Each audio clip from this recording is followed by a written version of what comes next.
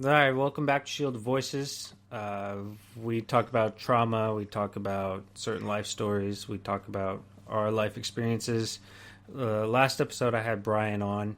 Brian's a good friend of mine. If you haven't listened to that episode, I really encourage you to go back and listen to it. We kicked off the last episode, or ended the last episode rather, with a pretty heavy topic, and it's kind of like a cliffhanger. Brian's one of my good friends. He's been involved in law enforcement for over 15 years. Brian, I felt like that topic was heavy that we Yeah, talked about. So I kind of want to continue our conversation. I don't want to rehash what we talked about. good. I don't either. That was heavy. There's a lot of trauma involved with that. Sure. Yeah. Yeah, but like I said, I'm an open book and I'm okay with it. But yeah, man, let's do this. I mean, we can kind of continue on with right that like I think what we talked about last time yesterday was that we all have that one call and it might not be one call. It might be one or five or six or 12. It could be a lot of calls, right? That's the acute traumas. But picking up from that, I would like to emphasize because there was a lot of hurt and a lot of trauma talking about that. So, like I mentioned early on in yesterday's podcast, that when I get scared, I get angry, and it scares me, quite honestly, to talk about that stuff. And I know I have to do it. So, you probably heard some anger come out, right? And I want to make sure that people understand that that's all that was. It's fear and anger. I don't hate the agency we work for. They've done a lot of good things for me. Are they fucked up like any other agency? Yeah. There's some fallacies there, but I don't want to be that guy, right? I don't want to be angry anymore. There's going to be some anger that comes out because that's what happens when fear happens. But we come through it. Yeah, We I also want to reiterate that this is a safe space, right? hmm We can talk about whatever we want, and we're going to. It might offend some people. It might be hard to listen to, but this is our safe space. This is a venue for other people to share their traumatic events or even share happy ones. It's one thing Brian and I had talked about earlier is we don't want this just to be negative all the time because that is daunting. hmm So we're going to bring some positivity into this, hopefully this episode, but ultimately this is a safe space. Yeah, yeah, absolutely. Yeah. And there is, like, we have done some funny shit over the years, and that's going to get talked about as this continues for sure. But picking up where we left off yesterday, like since that call, for me, things have progressed in the last year or so of this career. I kind of mentioned some health issues earlier. For me, my health issues, and it completely correlates with the job and stress. I was medically overdosed last November, unintentionally, accidentally, on certain medications, and there's been some lasting effects from that that has caused some heart issues, and that's tough for me, right? Because I'm a you know me, and some people know me, like I'm a fitness guy, like I'm healthy, and it's scary, and it changes things, and these medications that were unintentionally prescribed to me for lack of a better term, in overdose prescriptions, unbeknownst to anybody, apparently, causes and caused some pretty massive hormone issues as a 52-year-old guy. And with having PTSD and then having a testosterone increase where normal in men is between 3 and 900, I was over 1600. Um, and having a free testosterone, which normally is 0 to like 155, depending on how it's measured, I was over 400. So you've got all that happening at the same time. Um, so you can imagine what that does. Like picture a guy, all the stories we hear about all these guys on steroids. I'm not going to say it's like that because it's not. It's not like I got big and buff or anything, but hormonally it does the same thing. So all those physiological effects are happening at the same time of these traumatic events and PTSD. It was like the perfect storm for Yeah, me. I see a lot of guys that we work with. I don't know if I want to be sensitive here. I don't want to use the word insecure, but I see a lot of guys using TRT, and I think that it's not insecurity. It's the fact that Mm-mm. this job wears on us, Mm-hmm. and it definitely affects our testosterone. Uh, Yes. so I see a lot of guys. I don't know if it's a fad or whatever you want to call it, but I see a lot of them starting it just because other guys are talking about it. I don't know. I can tell you my experience with guys that we work with. I wouldn't say it's a fad. I think it's like what we're doing here. I think it's an awareness because the guys. I'm a huge proponent of it. I'm a huge proponent of TRT. Absolute believer in it for those that need it. I'm just a weird anomaly because like we work with guys that like young guys like yourself that their T levels are plummeted because of the cortisol levels due to the hypervigilance and the PTS and PTSD. I mean, that's what causes it, man. The Our circadian rhythm being blown out of the water because no human being is made to work graveyard shifts. That's just, and you do it for years. It plays hell on a guy's testosterone level. I know guys in their 20s and 30s that are in double digits for testosterone levels, and it's real. So I'm a huge proponent of it. Me personally, my own experience with it, I'm just this weird anomaly where when a guy is doing TRT, it shuts down your glandular production of testosterone because it's getting it right.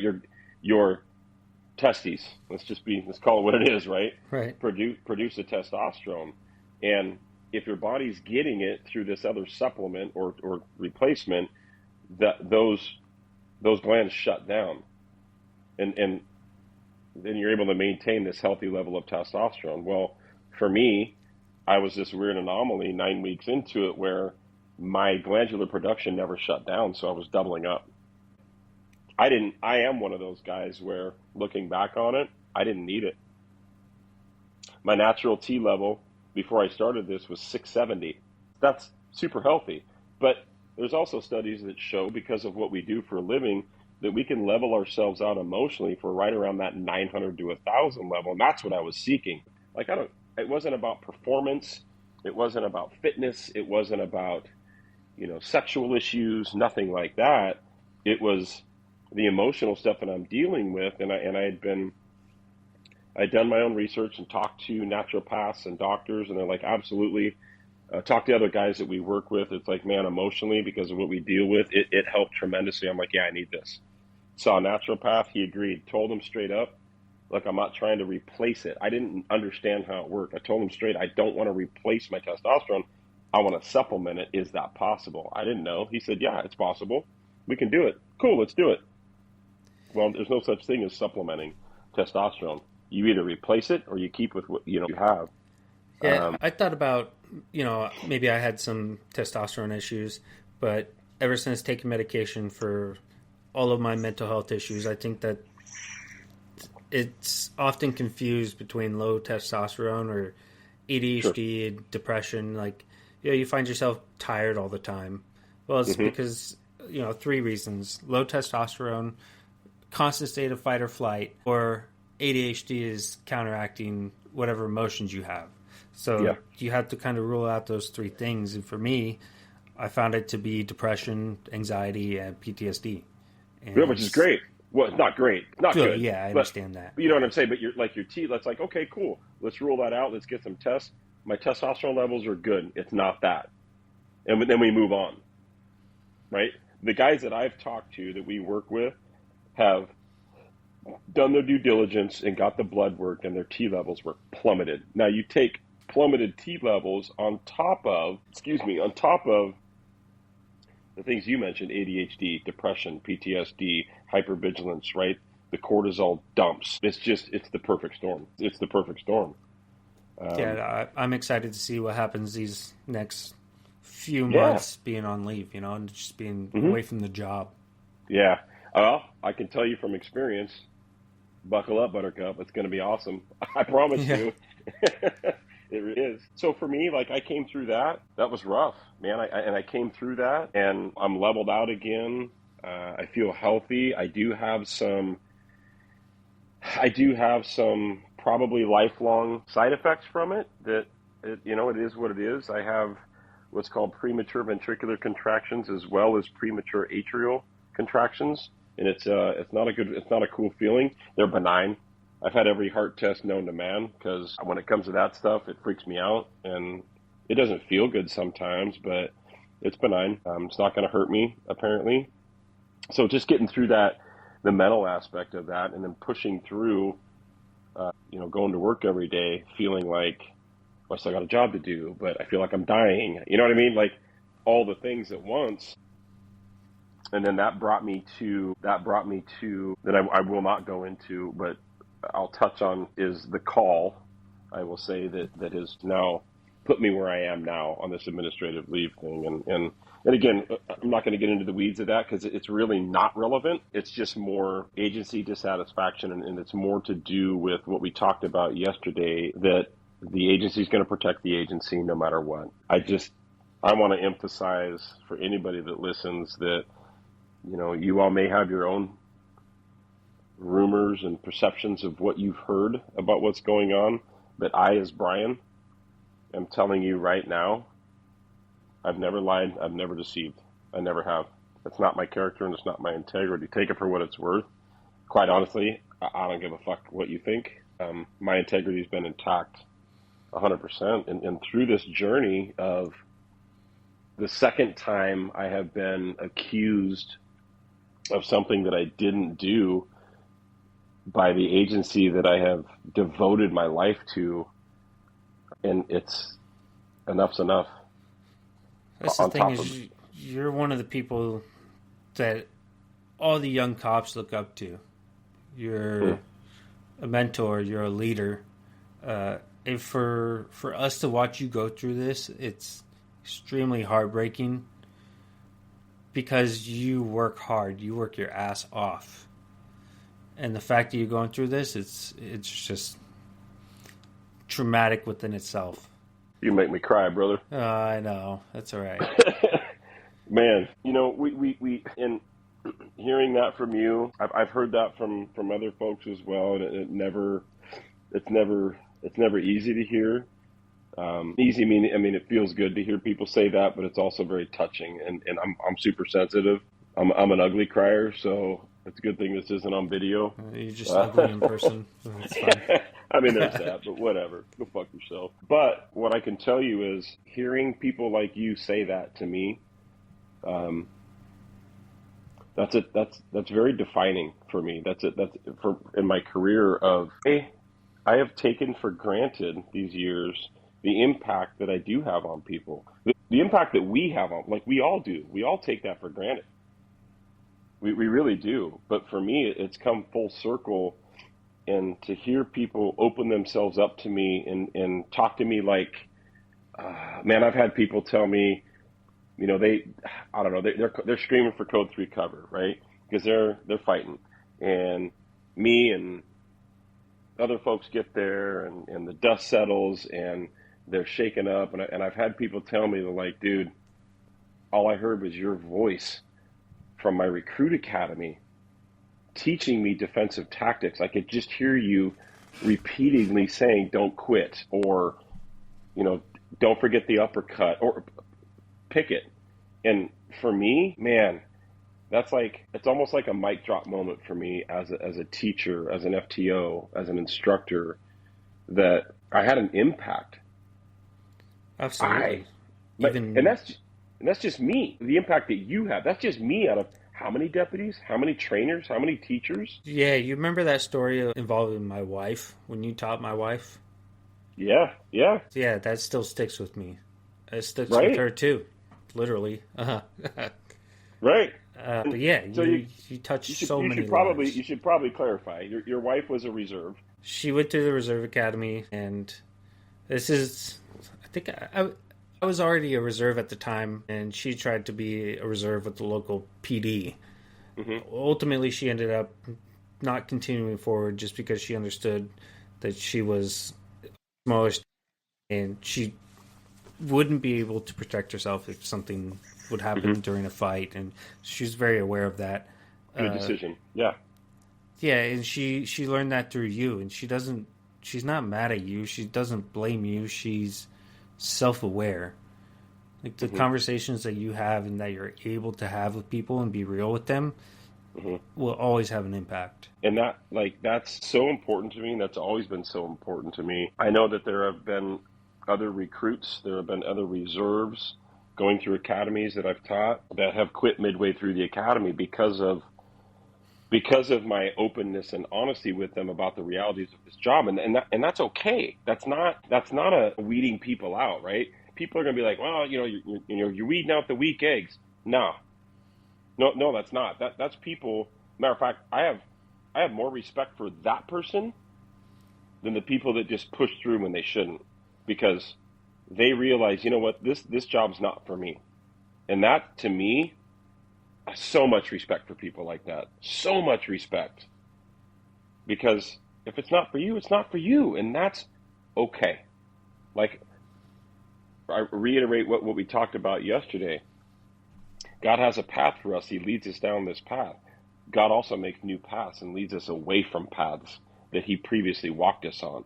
And that's okay. That's okay. I've said it a million times, it's the best, worst job in the world. And I miss it dearly, but I'm okay. Yeah, we'll see what it's like in the next 6 months for me. Right? Yeah.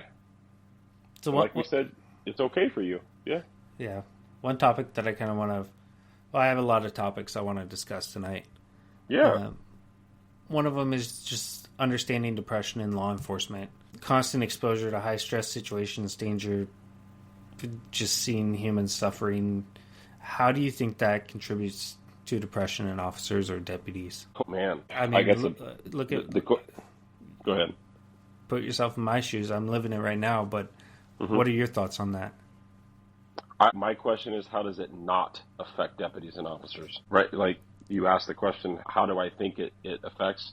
More importantly, how does it not? Because it can't not. There are going to be people out there that may or may not listen to this and be like, no, I'm good. It doesn't affect me. I just had a conversation tonight with our buddy Matty. I had dinner with him tonight. He'll be coming on in future episodes about a particular person we work with, and that's the persona that they put off. They just disassociate. They're not hateful or disrespectful. They just kind of disassociate. And my take is it'll catch up. If it hasn't already. Yeah, right. I think if we don't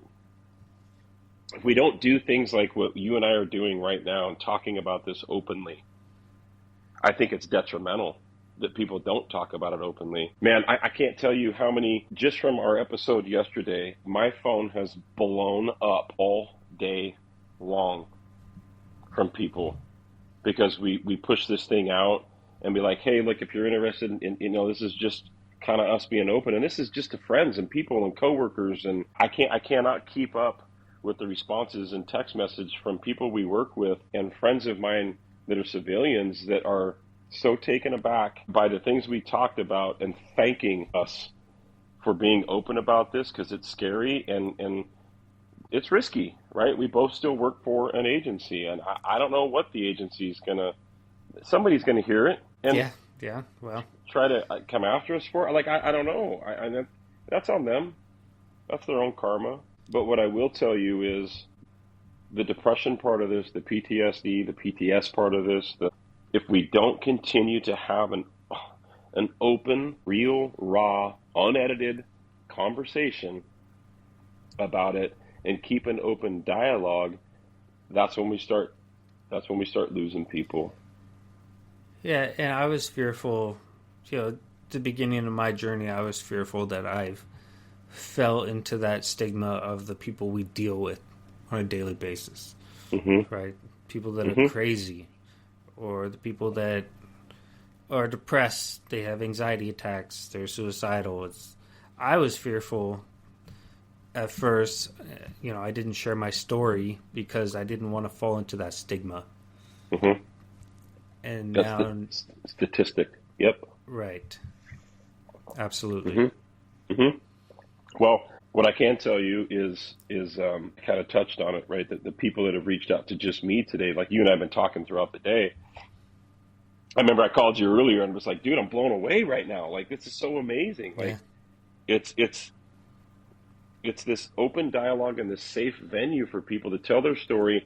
And the hope is to hear my story, your story, somebody's story is going to connect with somebody. It's going to it'll assimilate with somebody to be like, man, that hit me. That's, I'm gonna get help. I'm gonna do whatever. And at the end of this, please reiterate the resources out there for people that you talked about in the very, very first episode of Shielded Voices, right? Yeah. I want to continue to push that out and post it, but I'm gonna get emotional, man. I'm not gonna lie. I got a text message today from a guy senior to me in this job who I have such mad respect for and always, always, always have. And I don't even think he knows it. Even when I was a brand new guy on the road, he taught me so much about traffic and traffic violations and traffic laws. And we'll say his first name is James. I get this text message from him, and it was almost like a lifeline was thrown to him, is the way I felt. The way he was talking was like, man, he told me that he got the link and listened to the podcast, and it was shitty for him to have to relive and have things resurface, but it was good. And because of the things that we talked about, he told me he's going to have a conversation with his wife that he has never had with her. He's going to reach out to his pastor that he hasn't reached out to in God knows how long. And that all he's wanted to do for a number of years is just be alone, be isolated, that he doesn't even want to be around his wife. He doesn't even want to be around people. And at the end of this first string, he said, brother, I'm fucking broken. I'm broken. And because of listening to what you guys are talking about, I want to be fixed. And it's like, that's when I called you, right? I'm like, Yeah. You got to hear this. Like, you got to hear this. This is so amazing, right? This is and it's so, man. It's impactful. Man, like, we reached one person. Mic drop. It's over. Right? Mission accomplished. We reached one person. Cool. This conversation that we're having, this fledgling little podcast thing we're doing is not about, hey, click for following and like and subscribe and all the button bullshit and trying to make money. Or I don't give a shit about any of that. I genuinely don't. I just want to break the silence. Yes. That's what I want to do. Yeah, man. Yes. So many people, you can talk about the guy that we were group texting with just prior to doing this, right? The impact that it had on him. I don't know if you still have that text. Yeah, no, I can read it. Yeah, man, let's do it. I mean, he gave us permission to do it. I say read it. Yeah, so it says, thank you for sharing that podcast with me. Honestly, I commend the shit out of both of you for speaking out, being open about what so many of us feel, think, and experience. What you're doing is so important and is truly inspiring for so many, I'm sure. I know I was definitely impacted just listening to it myself. Honestly, you guys, and I say every time, but it's true, I'm always here for you guys. Huge. That's crazy what a podcast can do. Is just, I don't even know if I sent him the link, but, I did. Okay. I did. Yeah, I sent it to him. But that's the thing is people are paying attention to this. People are listening. People are hearing our stories, and people want to talk with us and jump on here and share their story. It's an outlet for people. It's about time we broke the silence. And continue to keep it broken, right? Continue to tear that wall down. And not just us. I mean, how many people around the country are doing this too? Right? And I'll be honest, I don't know. I know there's other podcasts that talk about this. There's the big ones. Shout out to the Sean Ryan Show, Vigilance Elite. Like, come on, bro. Yeah. Amazing show. I agree. To hear these operators, and not even just operators, scientists and religious people. Like, he covers the gamut of issues, but it's how many people out there that are line duty guys, still in the shit that are talking about it. Because there's also a number of people that I've reached out to that love what we're doing, but want nothing to do with coming on here and talk about anything. Why? They're scared to. Because of the culture of the agencies that they work for. It scares them, because if they come out and talk about things and tell their story, they're afraid. Are they going to get in trouble? Are they going to be hung out to dry? Right? Yeah. They want no part of it. They want no part of it. Like, here's this dude on administrative leave that might be losing his job. I always call it administrative leave herpes. That's what I've always called it, right? I'm a union rep too. I always have to tell people, like, bro, I'm not contagious. I'm just on administrative leave. They're accusing me of shit I didn't do, but they want nothing to do with it. That's what I've been saying too, is, I don't have the plague. I'm on leave for different reasons. And you can tell when someone reaches out and it's fake, and you can tell when it's genuine. Ultimately, I don't have the plague. I'm on here with this podcast talking about what we've been talking about the last 2 episodes is mental health, and that's ultimately why. Yeah. It's look, man. It's just about, for me, in my journey. It's by the grace of God and by the power of God, I will salvage my marriage. I will salvage my relationship with my kids. That's the warrior in me. There's no quit. That's my family, man. There's no quit in me. I will never give up on that. And job be gone. Cool. Not what's important. Not what's important. God, family, country. That's the way I was raised. Yeah. Amen. And it's that's my focus, and I'm okay with it, man. I'm a healthier man than now than I was 6 months ago. And I was in a pretty dark place. There's it's a little gray sometimes, but definitely more light than others. I was actually talking to my wife tonight and telling her about James that reached out, and she knows him. And the things that he said, and I'm like, I feel like this is so God ordained that, like, this is something that I need to keep doing with Mitch and talking about this, and like, this is the impact. And she said, yeah, you do. You do. And I think at some point, I think we should, hopefully this grows and we can get our wives on. Let's talk about the impact that it's had on them. And let's be open about that, right? Absolutely. Yep. I've talked to dispatchers that are ready and willing. I've talked to former canine deputies that are now in a doctorate program to be first responder psychologists that are like, I'm in. Let's talk.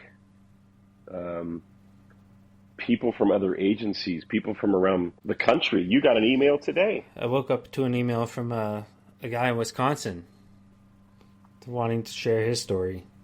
Yeah. And what a story that is, just reading that email. Like, man, I'm a choir boy. Listen to this. Like, hold on. This dude's got a story. Yeah, for sure. So, yeah. Yeah, man. It's awesome. It's super. I'm speechless. I really, really am. Just in the outreach that I've had today, through my journey, like there are people for me that. What's funny about administrative leave is you quickly learn who your friends are. Yeah. Right? The people you think are gonna reach out to you to check on you don't. Right. I've been thinking about that too. Mm-hmm. Yeah, and that's okay. They're scared. I get it. I mean, I caught the plague from you, so. What do you mean you caught the plague from me? What's that mean? That's why I'm on admin leave. Yeah. For different reasons. It's not punitive, but. Right. Go ahead.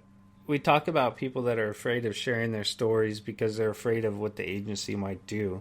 I think it's very unfortunate because I think that they need that outlet to be able to share what they're going through, but they're scared. And that's unfortunate. It is. It is. and it's the culture. I'm reading that guy's story from Wisconsin. Obvious, not just our agency. Like the first agency that he worked for. Like, really? And I don't want to get too much into that because I think we plan on having that guy on, and I can't wait. But you want to talk about being hung out to dry by the agency you've devoted your life to? Wow. And he laid it all out for us. He sure did. So much detail. Man. Yeah, I can't wait for that. And hopefully he can get a plug-in for the organization that he started, which sounds amazing. But, for me, it's the point that I'm at in my journey now, like there's some people for me that I think I like to recognize, and I have before. Talk about being on administrative leave and the people that reach out to you. I mean, first and foremost for me, dude, like and everybody, I think it's obvious now, like if it wasn't for the grace and mercy of Christ my Savior, man, I wouldn't be sitting here breathing. I wouldn't even be talking. That's my truth. That's my reality. My best friend, Adam, of 30 years, my hunting partner of 30 years, man, he's my rock. Like hopefully that guy we can have him on this podcast too. Yeah. Oh, he will. He's got his own experiences. He was a search and rescue guy. You want to talk about a body collector? That guy has climbed every peak of Mount Hood just to get bodies off of there. But people, it's people that matter. For me, it's the Adams, and I'm just going to throw some names out. Pam, who I love to death. Jen, Sergeant Danny, one of these guys that checks on me all the time. And I'll be straight with you, dude. A commander for our agency has called me personally to check on me. Both the Matts, we'll say, one deputy, one sergeant, the Dustin, every single person that's ever called on me, that they're the only reason that I've been able to come through this dark side, because it's an affirmation that there are people there that care. They're your people, regardless of what you're going through. Even if a guy has done something wrong, quote unquote, and the stigma around that is like really? So a guy made a mistake and we're just going to avoid him like the plague, and now he's evil because they're a human and made a mistake, and now they may or may not be a cop again? Who cares? We also don't have all the facts too. Right. And never will. Right. That's, again, part of the culture. Nobody's ever allowed to know the reality of what's actually happened, which is why for me it's important to be able to say, without getting into details, that you can believe me or don't believe me. My integrity is 100% intact, and I did not do what they say I've done. And cool. It is what it is. They got to do what they got to do, and I'm going to take care of me, and I'm going to take care of my family. Should always come first. You and your family. Yeah, man. I preach that too. Yeah. You were mentioning like other topics you kind of wanted to talk about tonight. Like, is there anything specific that's been weighing on you today yesterday was pretty heavy. It was heavy, but, I've mainly been thinking about depression's impact on relationships and family life. Especially what we talked about yesterday, last episode, and how this job has impacted our family life. And is it worth it? This was a very noble career when I first started. I had fun.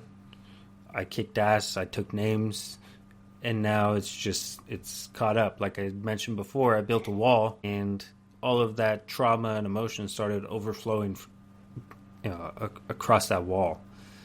I became vulnerable, became sensitive, and it's just not worth it at this point. But for like you, we talked about, someone has to do this job. Yeah, and that's okay, right? And right now, it's not worth it for you, right? At what cost? It's too costly for you, and that's okay. It doesn't mean that it's that way for everybody, at some point in their career. A lot of people can go 25, 30 years. Some people at 5. It's different for everybody. It's subjective, not objective, right? It's trauma. I mean, I know of people that 2 years in, they're like, nope. Too much. Yeah, okay. I'm curious to know how many deputies go through untreated depression or anxiety or PTSD, and they think that something else is wrong with them when truly that's what's going on with them. I think that's a valid question. I mean, the pessimist in me wants to say 100%, but I think there's a lot more awareness now than there ever has been. I know there a lot of the people that I talk to are in therapy and have been in therapy for some time, but I think it's a valid question, and there's no way to know, right? Because it takes an open dialogue for that to happen, for that knowledge to come out. Yeah, and it's kind of like what I mentioned last time, where I can share my story with someone because I'm ready to share it. There's certain aspects I'm not ready to share, but to the point that I've made so far, and I share my story, I can see on people's faces that they want to share their story, but they're not ready. Yeah. So going back to it, I think that this is going to open a lot of people's hearts, and they're going to realize that maybe it's time to share their story. I hope so. Yeah. I hope so. Even if it's not, more importantly, not with us, but like in a clinical setting with a counselor, a therapist, just talk. Like I'm not sitting here saying you need to come on here and and talk to us. I mean, obviously we will listen, but for that one person that maybe listened to the last episode and is maybe hearing this today, my beg of you is, if you're in a place, have been in a place, could be in a place to reach out for help, please do. You can reach out to both of us. Yeah, man. We've been through hell and back. Yeah, or a friend, a spouse, a family member, a therapist. Just start somewhere, please, before that volcano happens that we talked about yesterday, that eruption happens, and you wake up one day and everything is lost. Your spouse is gone. Your kids won't talk to you. You're in a house by yourself. You're having fleeting thoughts like, man, I don't want anybody to ever go through that. And I know they're going to. I know people are going to go through it, but I just hope that what we're saying touches somebody, continues to touch somebody, to push them to have those conversations, right? Like James, like, that's massive for me. Massive. Yeah, one of the issues that I had with my marriage, my relationship, is I was never open or honest with my wife. She didn't appreciate that, but I was always, I continued to tell her it's my burden to bear. It's not her burden. She shouldn't have to go through the emotions that I go through. But shielding and hiding those emotions from her affected us more than just me being honest with her. Then I started being honest with her, and I told her, I said, you're going to get scared with some of these emotions I feel or some of these thoughts that I have, but you asked me to be honest, so I'm going to be honest. And good on you. And that's difficult, where for me and my wife, like, I've been with my wife for 31 years, and I can tell you, standing here before God, there's nothing I do not tell that woman. When it comes to our job, I always have. I can't breathe without her. Even though that she was, she's my sanctuary, she's my breath. Well, because of my explosiveness and my anger and my fear, I wasn't that for her. And I should be her safe place. I should be the one that, as a woman, she feels safe with me. She feels, and I'm not talking just physically, I'm talking emotionally, safe across the board. And because of my bullshit, she didn't feel that way. And that's on me. That's something I'm going to have to live with for the rest of my life. And I'm working on it. And I pray that doesn't happen to somebody else. You said safe place. I feel that. It's been many a times where I just hug my wife, and I think in my head, this is my safe place, and there's nothing better than just a hug from a loved one. Yeah. A place where you can break down and just be vulnerable. Yep. Yeah. Like, who do we shit on the most in our lives? the people we love, Right. because we can, and because for you get in this routine of because we can, because there's no there's no judgment, there's no, like, they get it. Well, a person can only get shit on so many times. You know what I mean? Like, Yeah. and they're like, yeah, I'm done with this. I'm not getting treated like this anymore, and rightfully so. I mean, let's face it. Look at the divorce rate in our career field. I don't want to be a part of that statistic. No way, man. Mm-mm. We see Me it either. far too often. Way too often, and multiple sometimes. Yeah, up to Right? 3. Yep. Yeah. Yeah. Which is And just that's crazy. like, yep. Yeah. I'm No not thanks. shitting on people that have gone through divorces, but I think that's just a sign that you're going through some of your own issues that you might not recognize. Sure. And I'm not either, man. Like, I'm not judging anybody for anything. Like, if people shouldn't be married, they shouldn't be married. You know what I mean? Like, if they need a Yep. divorce, they need a divorce. That's not my place. Yeah, I'm not shitting on that either.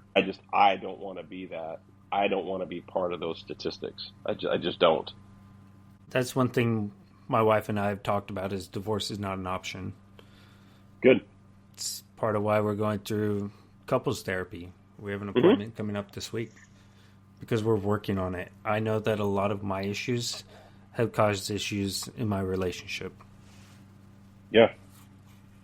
I'm not Yeah. ashamed to say it because it truly is. It's part of this job is created issues and hmm trying to figure them out and solve them, and ultimately has a ripple effect and bleeds into your family life. I'm living it. Right. And you and I talked about this early on. Like, I'm much further ahead. Not like it's a race, but I'm further in life than you are when it comes to marriages and kids. And I don't want to see it happen to you the way it has happened and is happening to me. I don't want to see that happen to anybody.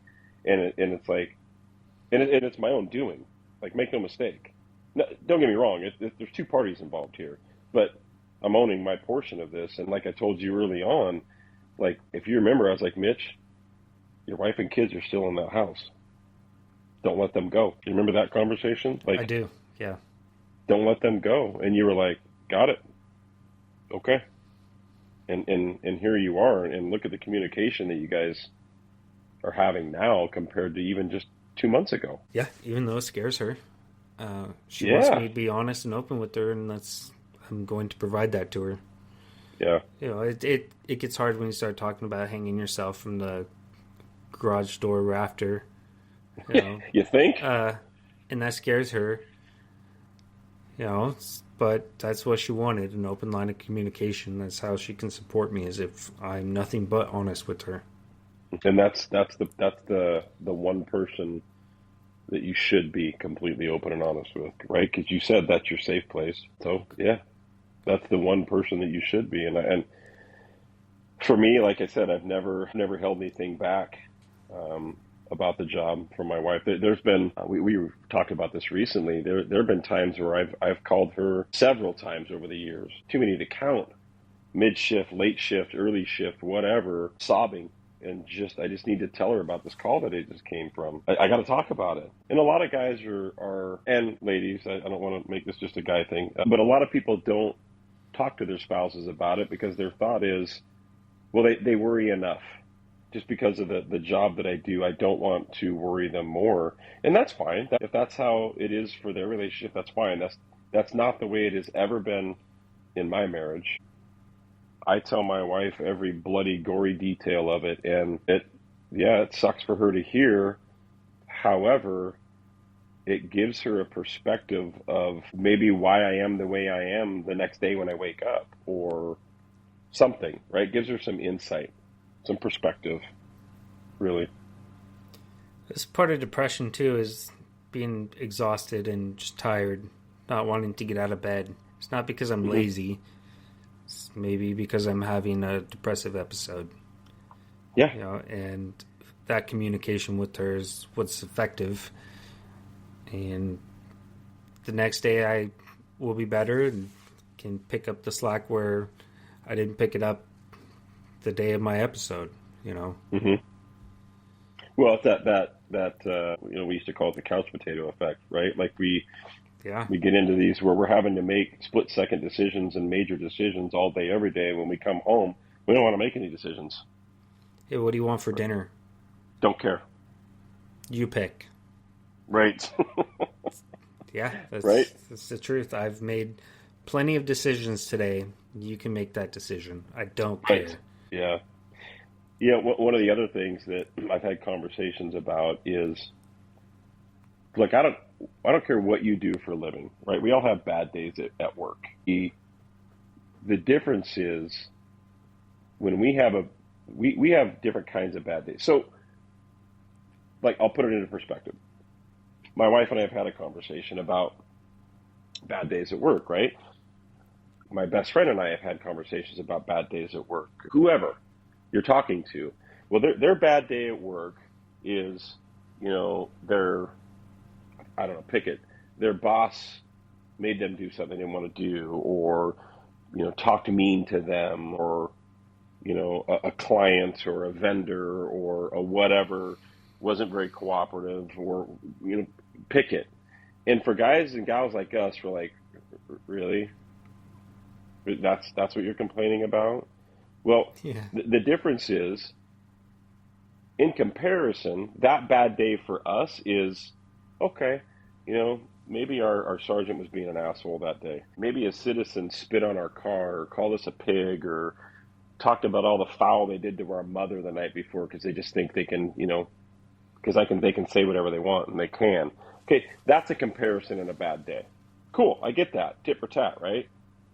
But when we have a really bad day, it's traumatic. They don't have those days. No, they don't. And I don't think, not that I'm discrediting people that aren't in this career, but someone talks about raping your kids and you just have to take it. That's a bad fucking day. It's a bad fucking day. Can't do anything about it. No. And we get, people that spit that filth and foul to us, we get, you're like, whatever. They're not talking to us, right? They're talking to the uniform. They're talking to the badge. Yeah, like, okay, cool. Like, that stuff has never really had much of an effect on me at all. Man, I've had my wife on a ride along, and I've had a guy in the back seat he has no clue who she is, and talking about the filth and foul that he did to my wife the night before, and we're sitting in the front seat laughing our asses off because this dumb fuck has no clue that that's my wife sitting right there in the seat. No clue. Right. And when he's done, I literally will look at my wife and be like, I don't even know you left the house last night? When did you meet this guy? And they quickly realize, if that's your wife, yeah, that's my wife. And in this one instant, the guy's like, I'm very sorry, ma'am. Like, apologize. You know what I mean? It's the filth and foul, cool. Yeah, that's a bad day in comparison to the people that have a shitty boss. But like I said, man, when we have a really bad day. We have those too. That's my point. That's the comparison. But when we have a really bad day, it's traumatizing and lifelong. And it is literally life and death when we have a really bad day. Civilian jobs don't compare to that. They just don't. It's not to take away from somebody else's traumas and their bad jobs. It doesn't compare. And we get stuck in this with our spouses of, they want to come home and talk to us about their day, and we roll our eyes and be like, seriously? Hold my beer. You're adorable. And that's not okay, because we need to be able to acknowledge the fact that they're human beings and they've had bad days too, and they just want to talk to their spouses about it. But we have to be able to set aside the fact that we just cut a 15-year-old kid down from hanging himself, or the overdoses. Pick a call and acknowledge their bad day. I think we do have a healthy balance of knowing who we're working with as far as our district partners. Like, I got AVL to I think it was a 3-year-old CPR call, and Matt offered to go to it because he knew that my kid was 3 years old at the time. Yeah. So we're good at looking out for each other and stuff like that. There's another deputy we work with. At the line level, yes. Yeah, his name's Tom. He doesn't like middle-aged male dead bodies, and I'm more than willing to take those from him. So there's this healthy balance that we have where we look out for each other and try to reduce the trauma. If you're scared of something, and I'm not, I'm willing to take that call. You bet. You bet. All day, every day. We used to have a guy that worked for us, and he had, matter of fact, it's the call that I referred to, the 15-year-old with that hung himself the extension cord. It was these two guys that used to work for us were the primaries on that call. I showed up later to just kind of help them, and obviously got exposed to it. And by the way, the 15-year-old, I forgot to touch on yesterday, he absolutely lived, and last I knew was doing very, very good. But literally the next day, one of those guys and I were sitting and having coffee, right, second briefing, and another call almost identical came out of a teenager that had hung themselves, and it was his district. And I go, sit the fuck down. You're not going to that call. He's senior to me. And he looks at me like, who the fuck are you talking to? And I'm like, brother, you just dealt with that trauma yesterday? No. Somebody else can do that. And I got on the radio to an OIC, got a side channel, and they got somebody else to go. And that should be happening more. I don't think it happens often enough. No, it doesn't. I think there's only a handful of us that recognize that. Mm-hmm. Mm-hmm. Well, look at the newer cops that I've seen as an FTO now. Like, I don't think they have that same. I mean, hopefully they can be taught, but I just don't think they have that same mentality, right? It's a me world. Everybody's out for themselves. I touched on it yesterday that push comes to shove, even if it's the right thing to do, they're not going to step up for you. There's no way. There are some that will. Don't get me wrong. I'm talking in generalizations here, but I could absolutely step up and do the right thing, and it would save other people's careers and maybe put them in a little bit of hot water, but they're too chicken shit to do it. They're spineless. Right. Yeah, absolutely. Right, and that's sad. That's unfortunate. Well, we're also hiring FTOs that are 3 years on, 4 years on. I just don't. Yeah, I don't get it. It's terrifying. I don't. People ask me, why aren't you an FTO? Well, I had to fix myself before I could help mold someone else. Right. Yeah. Yeah, it's scary. I never understood that. A 3-year cop, like, come on, man. We can all look back and go, at 3 years, that's when we start getting a little cocky, and then we get shut down again because we get humbled, and then, yeah. I was told to apply for a corporal when I was, I think, 5 years on, and I went to certain people and I said, would you respect me if I was a corporal at 5 years on? And a majority of the answers were, no, you're a 5-year cop. You're a 5-year cop. Yeah. I took that to heart. I said, okay, that's fair, that's reasonable, and I never applied. Right. But it's just stuff like that we need to be cognizant of. Mm-hmm. If you apply and you have very little to no experience, you're not going to get any respect. Right. Same with an FTO. I agree. That's why I waited until... Now, you're very aware of my background. Other people are too. So, I could have started teaching defensive tactics at 3 years on. Absolutely. I have the skills to do it. But 3 years on, and you want me to get up in front of a classroom of 15 dudes that have been cops for 10 to 20 years, and I'm going to teach them something? Please. That's how I feel about teaching Evo. It's same. All of the skills. Yeah. Yep. The same. I waited until 5 years on, which probably still not enough, but I worked my ass off to get the respect of everybody around me. I'm sure I know there are people that don't like me as an instructor, as probably even as a person, I'm sure, but I feel like I'm very well respected as an instructor because I don't. It's not like, look how cool I am, I'm better than you. That's not what teaching and leading is. Leading is man, I don't want to say name. Our favorite graveyard sergeant, right? Yes. West End Sergeant. Yep. The epitome of a leader, in my opinion. Leading from the front. That man will not tell you or ask you to do something that he hasn't done or is willing to do right there with you, up to and including running with a canine, calling containment, making an arrest, like you name it. Why do you think I went to graveyard shift and specifically requested him? Because he's a Yep. leader.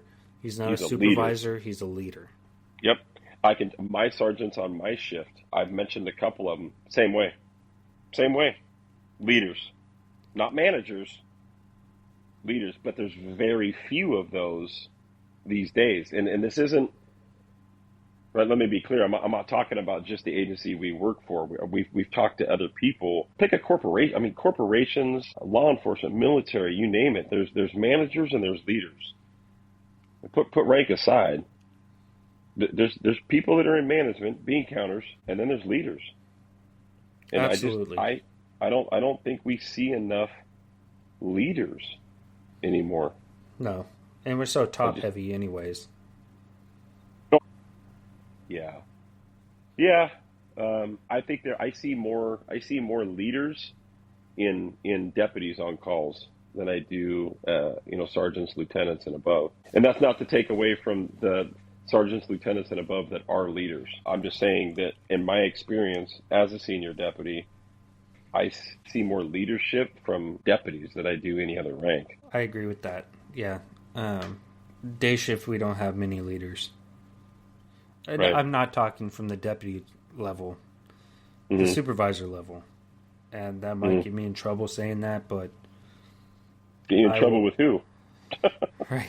I work day shift because it works for my family. Which is the most important thing. I show up, I push a couple buttons on the computer, go to my calls, go home. And there's nothing wrong with that, but think about, that's not what you did 5 years ago. Fuck no. It's not. You didn't want to go home. I'm like, hell, no. I want to keep doing this. I remember asking that graveyard sergeant for overtime. Hey, can I work late?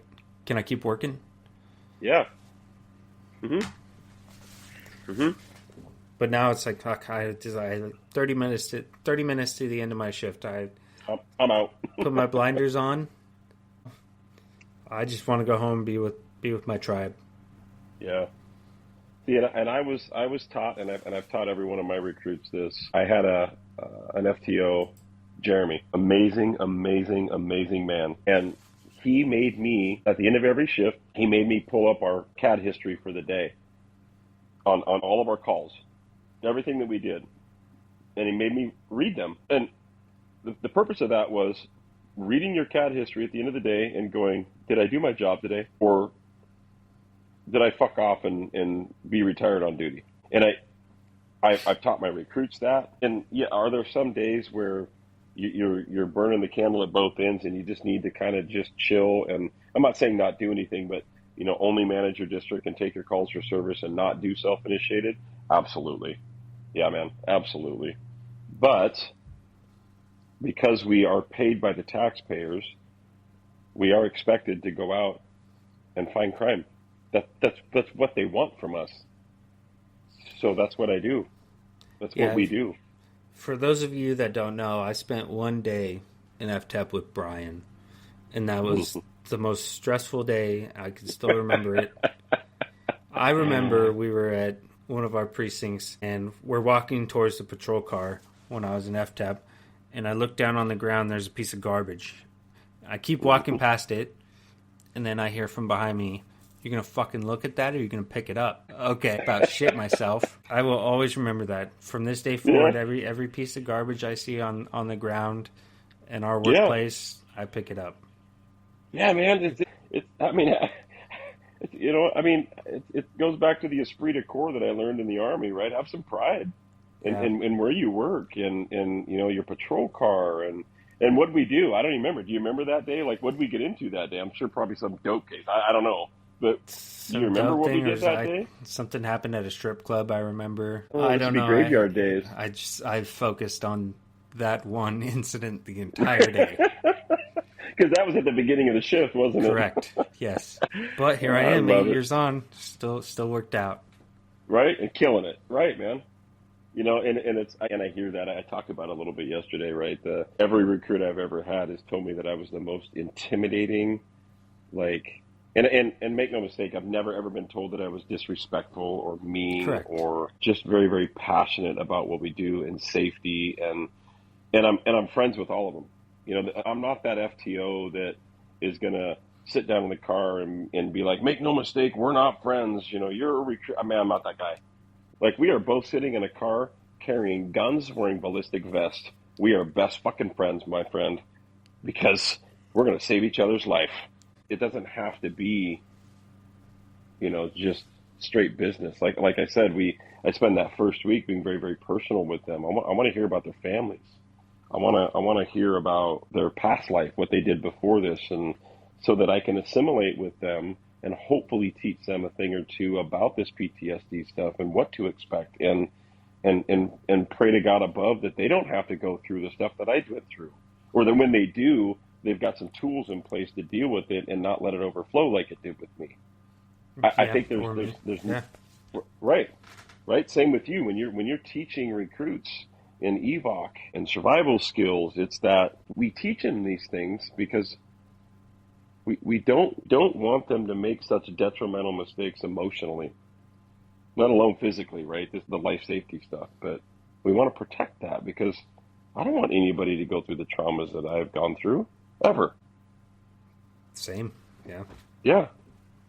Right. Which brings us back to that's what this is all about. This open dialogue to hopefully just keep the awareness going, and maybe our stories touch somebody. You never know. Never know. So Yeah. yeah, man. Yeah, I'd say let's get the information out as far as the resources. Yeah. One resource that I've used in the past, it's first responder crisis line. It's called Safe Call Now. It's first responders or retired first responders that answer the phone. It's whether you're in crisis, dealing with the PTSD episode, panic attack, whatever it is, you can always call this number. It's 206-459-3020. I've had nothing but positive experiences with that crisis Hmm. line. Sat on the phone for hours with them, and they keep your mind busy.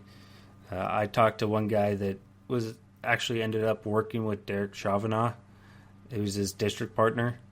So Mm. it's just everyone from around the country, and it's a great resource. Now, obviously, you have the National Suicide Prevention Line. All you have to do is dial 988.